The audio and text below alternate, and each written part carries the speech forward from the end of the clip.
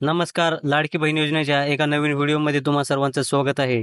आता लाडकी बहीण योजनेचा 10वा हप्ता येणे बाकी आहे, म्हणजेच एप्रिलचा हप्ता येणे बाकी आहे आणि एप्रिलचा हप्ता किती तारखेपर्यंत येईल, अशा बऱ्याच महिलांचा प्रश्न होता. म्हणजेच बऱ्याच महिलांनी कमेंट्समध्ये विचारलं होतं, की 10वा हप्ता किती तारखेपर्यंत मिळणार आहे आणि किती रुपये मिळणार आहे? म्हणजेच ₹1500 मिळणार आहे की ₹2100 मिळणार आहे?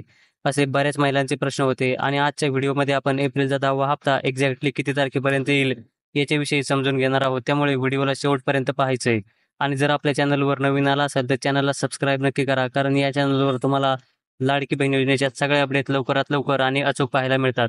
आणि सगळ्यात महत्त्वाचं म्हणजे तुम्हाला आत्तापर्यंत लाडकी बहीण योजनेचे किती हप्ते जमा झाले आणि फेब्रुवारी आणि मार्च महिन्याचा हप्ता जमा झाला आहे की नाही हे कमेंट करून पटपट सांगायचं आहे. म्हणजेच तुमचं नाव, तुमचा जिल्हा आणि पैसे जमा झाले आहेत की नाही हे कमेंट करून सांगायचं आहे. आणि जर फेब्रुवारी आणि मार्च महिन्याचे ₹3000 जमा झाले नसतील तर तुमच्यासाठी एक आनंदाची बातमी आहे. ती सुद्धा आपण पुढे व्हिडिओमध्ये पाहणारच आहोत. त्यामुळे व्हिडिओला शेवटपर्यंत पाहायचं आहे. आणि सगळ्यात महत्त्वाची गोष्ट म्हणजे आता तुम्हाला 2 गोष्टी कराव्या लागणार आहेत, तरच तुम्हाला एप्रिल महिन्याचा हप्ता मिळणार आहे. सगळ्यात पहिली गोष्ट म्हणजे तुम्हाला मार्च महिन्याचा हप्ता जमा झाला की नाही हे कमेंट करून सांगायचं आहे. आणि दुसरी महत्त्वाची गोष्ट म्हणजे तुमचं डीबीटी स्टेटस जे आहे ते ॲक्टिव्ह आहे का हे चेक करायचं आहे. म्हणजेच बऱ्याच लाडक्या बहिणींचे मार्च महिन्यामध्ये असा प्रॉब्लेम झाला होता, की त्यांचं डीबीटी स्टेटस जे आहे ते अचानक डिॲक्टिव्हेट झालं होतं. त्यामुळे त्यांना मार्च आणि फेब्रुवारी महिन्याचे पैसे जमा झाले नाहीत.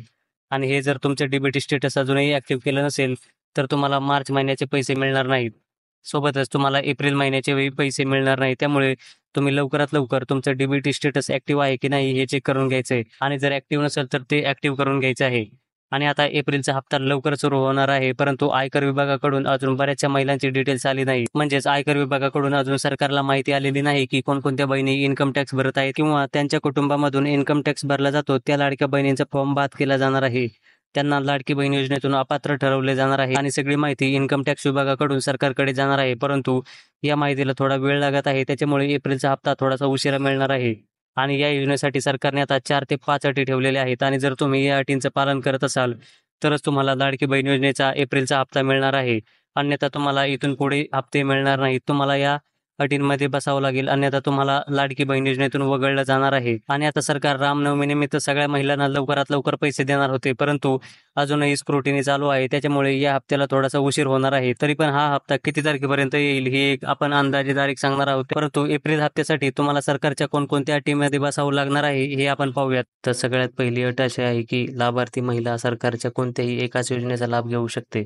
म्हणजे जर एखादी महिला लाडकी बहीण योजनेचा लाभ घेत असेल आणि तीच महिला सरकारच्या संजय गांधी निराधार योजना किंवा PM किसान योजना किंवा नमो शेतकरी योजना या सरकारच्या कोणत्याही योजनांपैकी एका योजनेचा लाभ घेत असेल, तर त्या महिलेला लाडकी बहीण योजनेचा लाभ मिळणार नाही किंवा लाडकी बहीण योजनेतून त्या महिलेला अपात्र ठरवलं जाणार आहे. आणि जर ती महिला नमो शेतकरी योजनेचे पैसे मिळत असतील, म्हणजेच त्या महिलेला नमो शेतकरी योजनेचे ₹1000 मिळत असतील, तर त्या महिलेला लाडकी बहीण योजनेचे ₹500 असे मिळणार आहेत. म्हणजेच नमो शेतकरी योजनेचे ₹1000 आणि लाडकी बहीण योजनेचे ₹500 असे टोटल ₹1500 त्या महिलेच्या अकाउंटवर जमा केले जाणार आहेत. आणि दुसरी महत्त्वाची अट म्हणजे तुमचं आधार कार्ड हे तुमच्या बँक अकाउंटशी लिंक असायला हवं, तरच तुम्हाला लाडकी बहीण योजनेचा एप्रिलचा हप्ता मिळणार आहे. अन्यथा तुम्हाला प्रॉब्लेम होईल. आणि जर तुमचं आधार कार्ड हे तुमच्या बँक अकाउंटशी लिंक नसेल, तर तुम्ही लवकरात लवकर बँकेमध्ये जाऊन तुमचं आधार कार्ड हे तुमच्या बँक अकाउंटशी लिंक करून घ्यायचं आहे.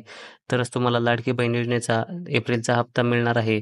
आणि सगळ्यात महत्त्वाचं म्हणजे आता तुम्हाला दरवर्षी जून महिन्यामध्ये बँकेमध्ये जाऊन तुमचं KYC अपडेट करून घ्यावं लागणार आहे. म्हणजेच तुमचं आधार कार्ड, तुमचा फोन नंबर, तुमचं पॅन कार्ड हे तुमच्या बँक अकाउंटशी लिंक करावं लागणार आहे. तरच तुम्हाला लाडकी बहीण योजनेमध्ये पात्र ठरवलं जाणार आहे. आणि तिसरी महत्त्वाची अट म्हणजे जर तुम्ही सरकारी नोकरीमध्ये असाल किंवा तुमचं वार्षिक उत्पन्न किंवा तुमच्या कुटुंबाचं वार्षिक उत्पन्न हे 2.5 लाखांपेक्षा जास्त असेल, तरी देखील तुम्हाला लाडकी बहीण योजनेतून अपात्र ठरवलं जाणार आहे किंवा तुम्हाला लाडकी बहीण योजनेचे पैसे मिळणार नाहीत. त्याच्यामुळे तुम्ही लवकरात लवकर तुमचं यावर्षीचं उत्पन्नाचा दाखला काढून ठेवायचा आहे. त्यामुळे तुम्हाला सरकारला दाखवायला होईल की आमचं उत्पन्न हे 2.5 लाखांपेक्षा कमी आहे. आणि चौथी सगळ्यात मोठी अट म्हणजे जर तुमच्या घरी 4 चाकी वाहन असेल, तरी देखील तुम्हाला लाडकी बहीण योजनेच्या हप्त्यामध्ये प्रॉब्लेम होणार आहे. परंतु ज्या लाडक्या बहिणींच्या घरी ट्रॅक्टर आहे किंवा पिवळ्या नंबर प्लेटची 4 चाकी गाडी आहे, त्या लाडक्या बहिणींना पैसे मिळणार आहेत. परंतु ज्या लाडक्या बहिणींच्या घरी पांढऱ्या नंबर प्लेटची 4 व्हीलर आहे, त्यांना लाडकी बहीण योजनेतून वगळण्यात येणार आहे. त्यामुळे त्यांनी लाडकी बहीण योजनेचे पैसे मिळणार नाहीत. आणि जर तुम्ही या सरकारच्या 4ही अटींमध्ये बसत असाल किंवा 4ही अटींचं पालन करत असाल, तर तुम्हाला लाडकी बहीण योजनेचे पैसे मिळणार मिळणार आहेत. आणि आता सगळ्यात महत्त्वाचं म्हणजे एप्रिलच्या हप्त्याची तारीख काय आहे, तर एप्रिलचा हप्ता हा 20 तारखेच्या नंतरच म्हणजेच 20 ते 25 तारखेच्या आतमध्ये लाडक्या बहिणीच्या खात्यामध्ये 10वा हप्ता जमा होणार आहे. त्यामुळे तुम्ही कोणतंही टेन्शन घ्यायचं कारण नाही आणि सगळ्यात महत्त्वाचं म्हणजे तुम्हाला या 4ही अटींमध्ये बसावं लागणार आहे आणि जर तुम्ही या सरकारच्या अटींमध्ये बसत असाल तर तुम्ही टेन्शन घ्यायचं कारण नाही. तुम्ही बिनधास्त राहा, तुम्हाला पैसे हे मिळणारच आहेत. आणि जर हा व्हिडिओ तुम्हाला आवडला असेल तर व्हिडिओला लाईक करा आणि आपल्या चॅनलवर नवीन आला असेल तर चॅनलला सबस्क्राईब नक्की करा. जय हिंद, जय महाराष्ट्र.